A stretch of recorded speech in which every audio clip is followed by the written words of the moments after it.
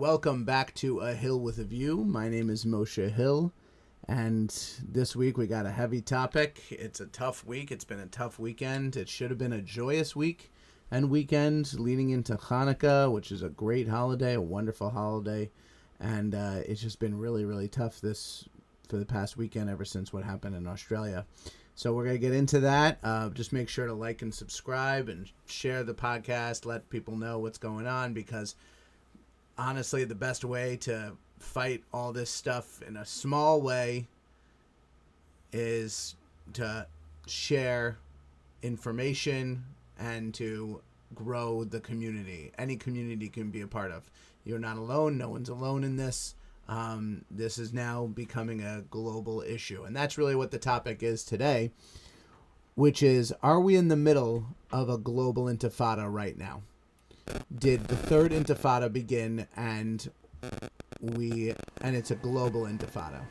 So I'm going to lay out the evidence of that we could be in the middle of a global intifada right now. The last two known intifadas were the first and second intifada in Israel in the early 80s and the early 2000s. They lasted for several years each, and we could be in the middle of a third one right now, but this one extending outside of Israel, going everywhere in the world, which is what the pro-Palestinian movement wants. They are not pro-Palestinian. They have always just been anti-Israel. They've literally never advocated on behalf of the Palestinian people. They have only advocated against the Israeli people and Jews. Never really cared about Palestinians. Just, that is a fact of what they do. And they have been shouting to globalize the Intifada for 2 years. New York City Mayor-elect Zohar Mamdani did not think that there was any problem with that phrase. And we're seeing now that there is a problem with that phrase, because it means that there are going to be violent uprisings all around the world. And is this temporary? Is this going to happen for a couple of weeks, a couple of months? Is it over? We don't know yet. We really don't know. It's really only time can tell. Now, the reason why I'm so skeptical on if we're in the middle of a global intifada, I mean, it's very easy to get clicks and say, we're in the middle of a global intifada, and scream and yell, and spread fear. And I don't really like to spread fear. I like to talk about the reality, the facts that we currently have. And just historically, the first two intifadas were started with a violent incident followed by another violent incident, another violent incident. And then when you look back at it, this was the first of many violent incidents that then eventually led to the Intifada. And they just kept going and going and going, and they really had a hard time tamping it down. And during the second Intifada, I was in Israel for a year. During the end of the second Intifada, lasted from 2000 to 2005, 2006. I was in Israel from September 2004 to June 2005. And when we were in Israel, everywhere, we didn't really have that many incidents in Israel at the time. But there was a lot of security in Israel. Everywhere you went, there was security. You had to go through, just to go to Ben Yehuda or Machane Yehuda or anywhere you had to, or Tachana Merkazit, you needed to pass through metal detectors. You needed to go through a lot of security. Then when you went back years later, all that was gone. You didn't need to do it anymore, because they removed the threat that was coming in from Judea and Samaria, from the Palestinian Authority. And so they removed that. It wasn't as prevalent, so they were able to remove it. But what is basically happening now is going to be the next thing we have to worry about. So one of the tricks they like to pull when it comes to saying globalize the Intifada is that they claim that it's not a call for murder, for terrorism, for massive destruction on a global scale. They claim that it's not that, even though we all know it is. And this is done by there's Nerdine Kaswani. She was started Within Our Lifetime, which is basically, I guarantee if anyone looks into Within Our Lifetime, they'll have close ties to terrorists or terrorist groups. She won the honors at CUNY Law a few years back, and that's when she got on a lot of people's radar. She is a person who has openly advocated for death to Jews in Israel, and she actually there's a video of her trying to set someone on fire, like a fellow student on fire, because he was wearing an IDF sweatshirt that she posted to her own Instagram and then later deleted. She's a terrible person, one of the most horrible people that you can possibly imagine. And she pushes out this Globalize the Intifada thing. This other guy, Remy Kanazi, he's also big on X. He pushes the Globalize the Intifada thing. And he claims that globalizing the Intifada just means resisting Israeli genocide and settler colonialism in our complicit societies. Now, just the definition of terms is like a controversial subject these days, because they're changing the meanings of men and women, and they're changing the meaning of all these different words. I did a video a few years ago about how all the words that they use have changed. They change definitions to suit their needs, and we all know this. We see this all the time. And so let's just go by their own definition of the term. So globalize the Intifada means resisting Israeli genocide. So we know that resistance is October 7th was resistance. They call October 7th resistance. They said, and they claim one of their chants is resistance is justified when people are occupied. So and by the way, they consider all of Israel occupied. They don't just consider Judea and Samaria occupied. They consider Gaza occupied, even though Israel pulled out of it in 2005.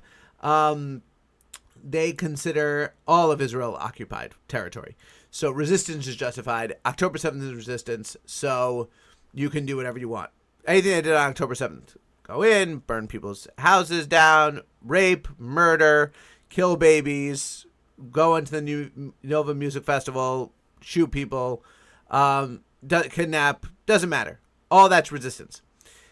And then it says, and resisting Israel and settler colonialism in our complicit societies, which means a complicit society is literally anyone who doesn't agree with them. Any society that doesn't outright call for the destruction of Israel. So maybe Ireland is safe. They're calling for the destruction of Israel. Maybe, some Arab countries are safe. Not all of them, because a lot of Arab countries, and because of the Abraham Accords, because of President Trump, now have deals with Israel. So now all of them are safe. But that is what they say. So resistance, so globalizing Intifada, don't worry about it, because they just gave us resisting Israeli genocide. What does resisting mean? October 7th. And in complicit societies, what's a complicit society? All societies.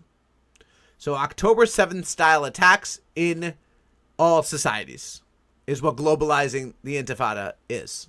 So the first two Intifadas, they started with various events, and it could be that this global Intifada started with what happened in Australia. Australia, there's, I think, 15 or 16 people confirmed dead. Two radical Islamist father and son picked up guns, went to a Hanukkah thing, started shooting. Another Muslim man was one of the people who tried to intervene. He took one of the guns away from, I believe it was the father. The father walked away, picked up a gun, continued shooting. The police did nothing. The police weren't able to intervene. They're not used to gun violence. They don't know what to do.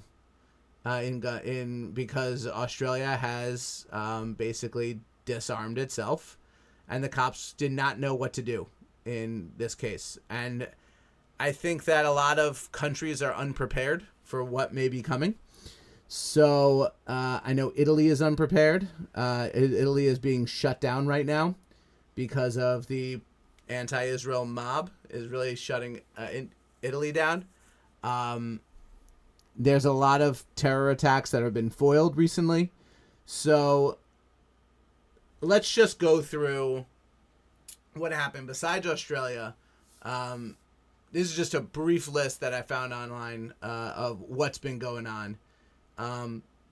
So we have the Jews murdered by jihadi father-son duo in Australia. Seriously wounded many people. Students at Brown University, that's one. Students at Brown University were murdered in a class being taught by Rachel Friedberg, a Jewish professor who leads the school Judaic Studies program.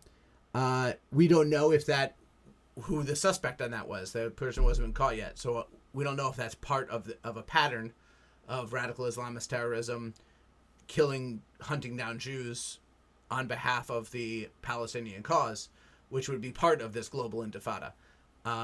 No, don't know about that yet. A Jewish professor in nuclear physics at MIT was murdered in his home today. That literally just came down. No one knows what happened with that yet.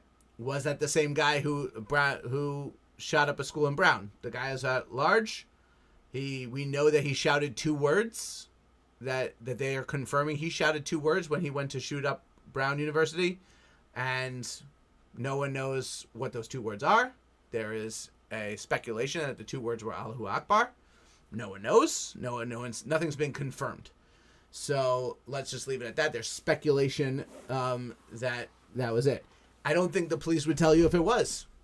If it was Allahu Akbar, I don't think they'd tell you that now. We know that there's a couple of images of this person. We know that MIT is an hour away, and a Jewish professor of nuclear physics was killed, someone who apparently was very outspoken about Israel, pro-Israel. Unrelated to that, we have Orthodox Jews in New York were violently assaulted on the subway yesterday or overnight. It seemed to be some kind of dispute. There's the video starts in the middle of what was happening. We don't know what happened before that. It could be that the people saw the Jews and the assailants saw the Jewish people and started going crazy about pro-Palestinian activism. Could have been just anti-Jewish. Could be that they just didn't like the way that they wore their hats. It could have been anything.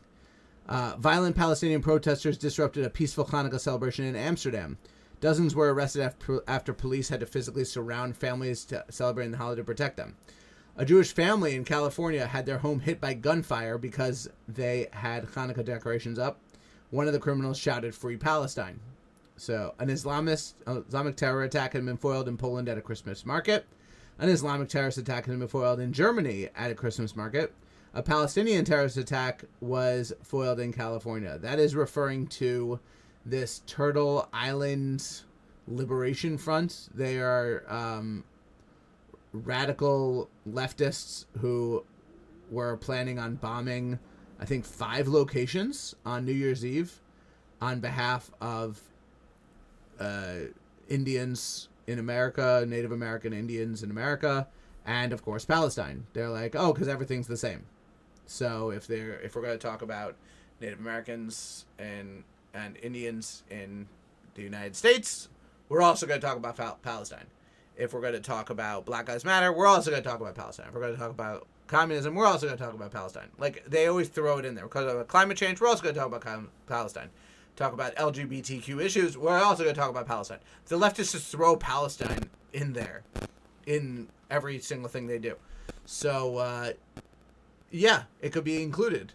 If you're going to include Palestine as part of your reasoning for attacks, then you can include it in this labeling of a possible global intifada.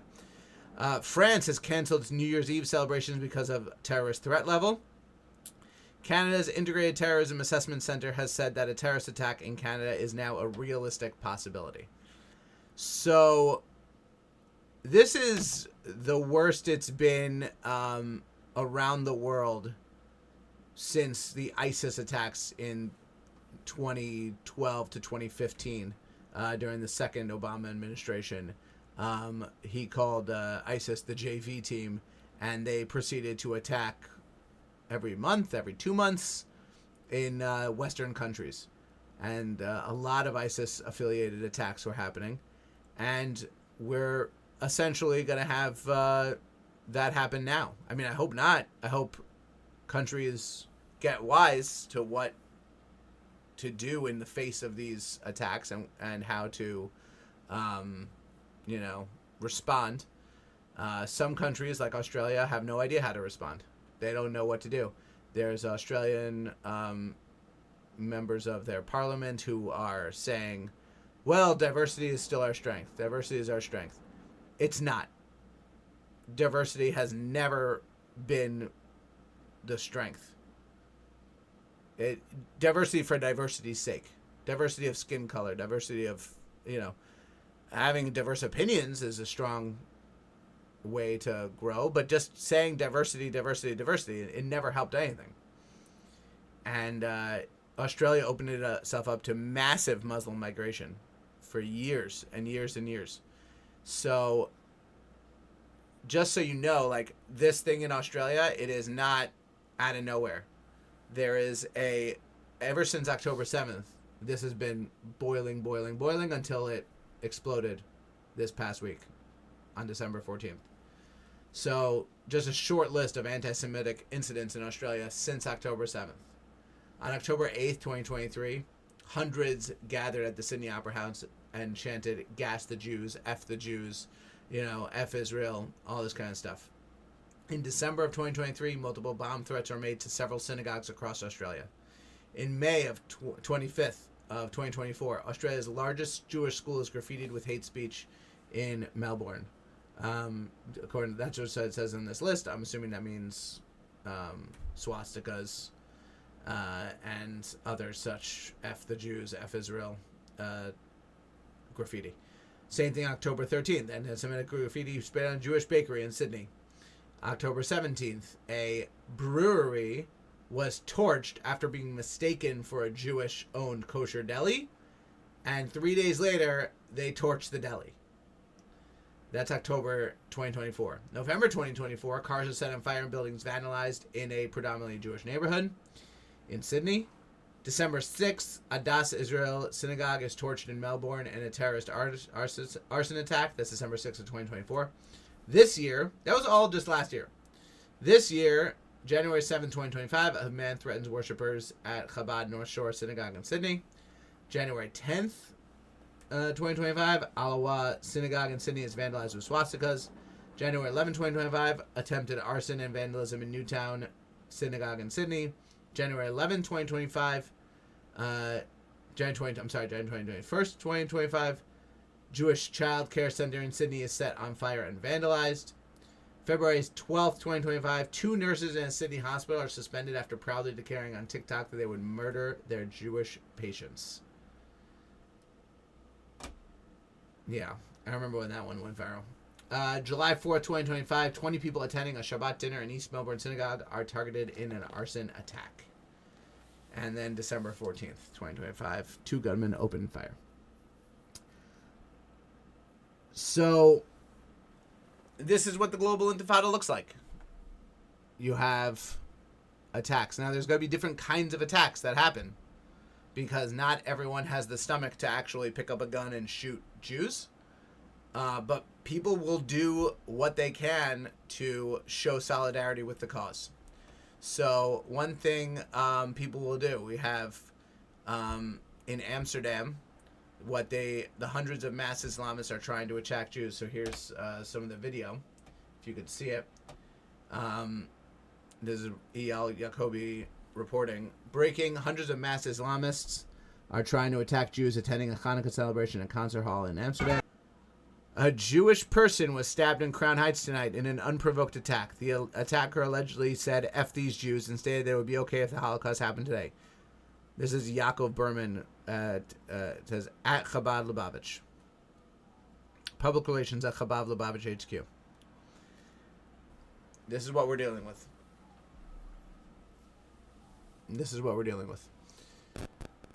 So,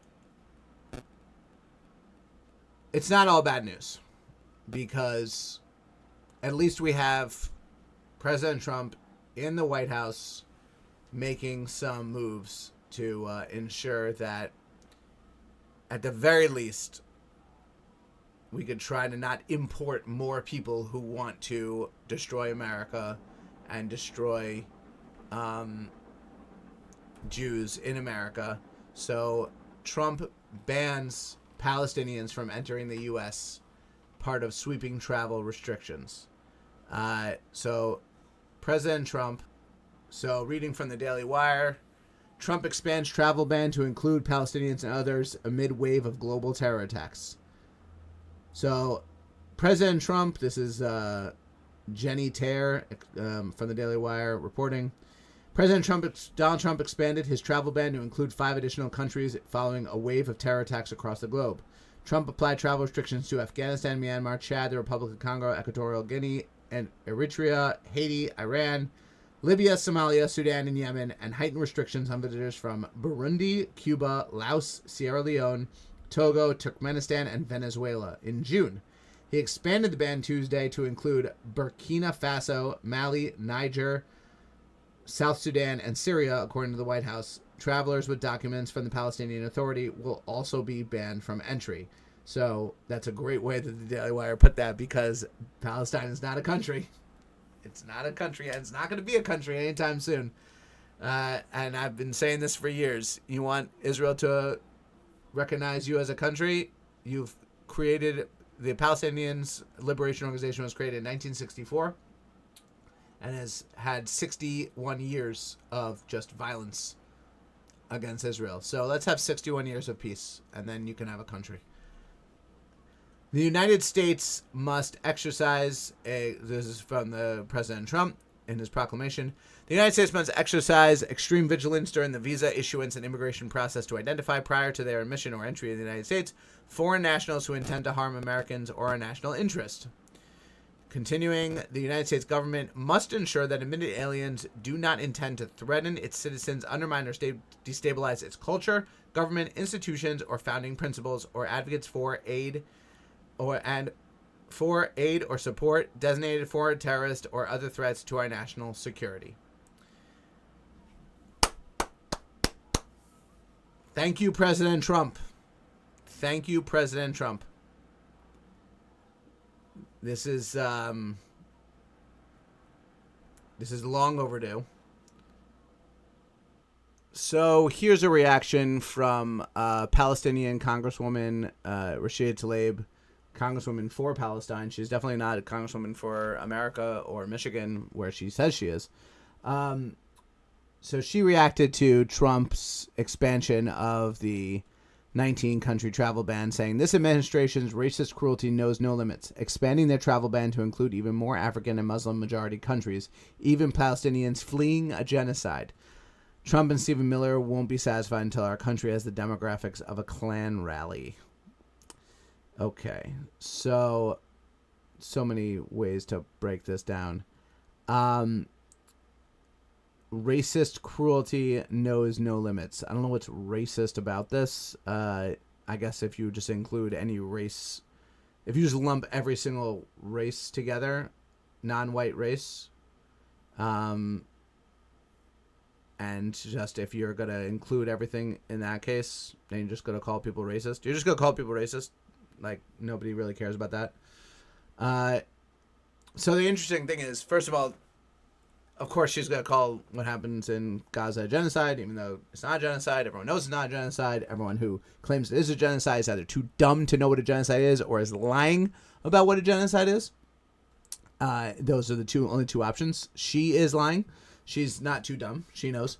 And hilariously, when every single time it was mentioned that Palestinians should leave Gaza, Gazans should leave Gaza, that was called a genocide. How dare you suggest that Gazans leave Gaza? Not to mention the fact that no Arab country wants them. So she wants Gazans, who are some of the most radicalized people in the world, she wants them to come to America, but not to Egypt or not to Jordan. She doesn't want them going there. She wants them coming to America because she wants to turn America into Gaza. And Trump and Stephen Miller, who is Jewish, Won't be satisfied until our country has the demographics of a Klan rally. Did the Klan like Jews? Did they love... I'm sure the Klan would have loved that Trump has Jewish grandchildren. Absolutely nuts. Rashida Tlaib is a horror show, as we all know. Let's see if Ilhan Omar, if she had anything to say. The racism is not subtle. Donald Trump and Stephen Miller want to make United States a white nationalist country. We won't stand for it. Yeah, you can't do anything about it. You're full of crap. I love how everyone brings up Stephen Miller as if Stephen Miller is like the boogeyman. So that's what Trump is doing to help the situation, and it's a good move. It really is. I hope we don't have to get to the point where we have to start, having security checks everywhere to make sure that people aren't carrying weapons, at every single event featuring Jews. I know that we have that in all synagogues and schools. Got into an online debate this week about the issue of school security, where basically the left's answer to how do we secure schools is put up a paper sign that says no guns. And when I said, have security guards, armed security guards in one entrance, and, that will be a good way to secure a school, I was shouted down on X, basically saying how ridiculous that is.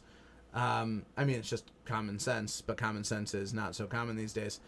So this is the natural reaction to what I was talking about last week with Miss Rachel. Miss Rachel is a massively heard voice, especially amongst young children, who is spreading lies and propaganda about Israel, which then extends to Jewish people. You are teaching children to hate Jews. Plain and simple. It foments anti-Semitism. So the people who you're training, what level are they going to be at in terms of attacking Jews in the future? Are they going to just hate them internally? Are they going to look at them and think hateful thoughts? Like, that's not a big deal. Anyone could live with that. Are they going to shout Free Palestine at random Jews passing by? That's happened to me plenty of times. Kind of have to brush that off. Are they going to walk around punching Jews in the face? Or are they going to pick up a gun and shoot Jews for the sake of the Palestinian cause? Are they going to plant bombs at synagogues? Like, we have to actually ask these questions. What is going to happen to these future generations who are being taught from a very, very young age that the problems in the world are because of Jews? And they're going to say, oh, well, it's just Israel. Oh, it's just Israel. It's not. It's not just Israel. It's not. You're not just going after Israel. You're going after Jews everywhere. And that's domestically grown. Then there's the other issue, which is we're importing people from Muslim countries, from Arab countries, who already are, at the very least, radicalized beyond what Western countries deem acceptable. Like, there's a certain level of radicalism that Western countries are accustomed to. Like college campuses. College campus protests where, kids will just stay in tents. Right? We can get accustomed to that. But then there's the kind of radicalism that these Muslim countries have, which is if you draw a picture of Muhammad, you go to jail. Of course you go to jail. That's like a level of like a small level of radicalism, which is standard in many countries, in many Muslim majority countries. And they're coming over to Western democracies, which in theory, especially in America, but in theory should happen in other countries, which isn't true in other countries, by the way, in a lot of Western countries, where there should be some modicum of free speech. So people are coming over and don't believe in the things that we believe in at all. And now you're adding them to your population. They also are not liberal enough to to not care about religion like leftists in America, like liberals in America. They don't, wait till 40 to have one kid. These people are very devoted to their religion and their religious beliefs. They are very devoted to expanding their families and growing. And they're coming to these Western countries. And they're coming in droves. They're fleeing their countries and they're bringing their problems to America, to Australia, to England, to France, to Italy. Like, this has been going on for decades. The warning bells have been rung over and over again. And now we're reaping what has been sown. Because I'm telling you, if this continues on for another 3 weeks, month, 2 months, if we're still seeing attacks on a fairly regular basis, 6 to 10 weeks, let's say, then we're in a global intifada. We're in it. And there's massive steps that have to be done to change that.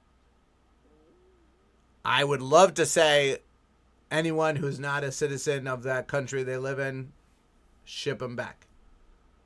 I would love to say that. It's not realistic. I mean, under Trump, maybe we could do that here a little bit. But they're not doing that in Australia. They're not going to do that in England. They're not going to do that in France. They're not going to do that in Germany. They're not going to do that in Sweden. They're not going to do that in any of the European countries. Not going to do that in any of the Western-style countries anywhere. You notice how Muslims aren't going to China. They're not going to Vietnam or South Korea. They're not going to any of those places in Asia because they don't accept it. None of those countries accept this. They're not about to give away their entire culture like we are. We gave away our culture. They gave it away as if it was worthless. And it's worth something. And they're coming in to try and take it over. And they don't like it. They don't like America. They don't like our culture. And they don't like Jews. And so anyone who goes to any Hanukkah celebration, any Pesach celebration going forward, if you go to a synagogue or a Jewish school, got to be vigilant. Got to stay alert. Because that's what a global intifada is. It's going to be a very, very tough time over the next few weeks, few months. And it's not limited to Israel anymore. And the funny thing is, when it was just limited to Israel, that's when more Jews moved to Israel. More Jews are buying in Israel now. Even when everything was going on in Israel, all the war, everyone was buying in Israel. Because they saw what was happening in all these other places and what's coming down the road. And now it's just going to get bigger and bigger and bigger. Because Israel may be the only safe place left. So that's going to be it for this week's episode. Not the most fun episode. A very heavy topic. Very tough issue. Make sure to subscribe, like the video, even if you don't like the topic, still like the video. Subscribe, share with a friend. We could grow the channel. We can get the word out, and hopefully my fears will be proven wrong. That's what I'm hoping. All right. Have a good week.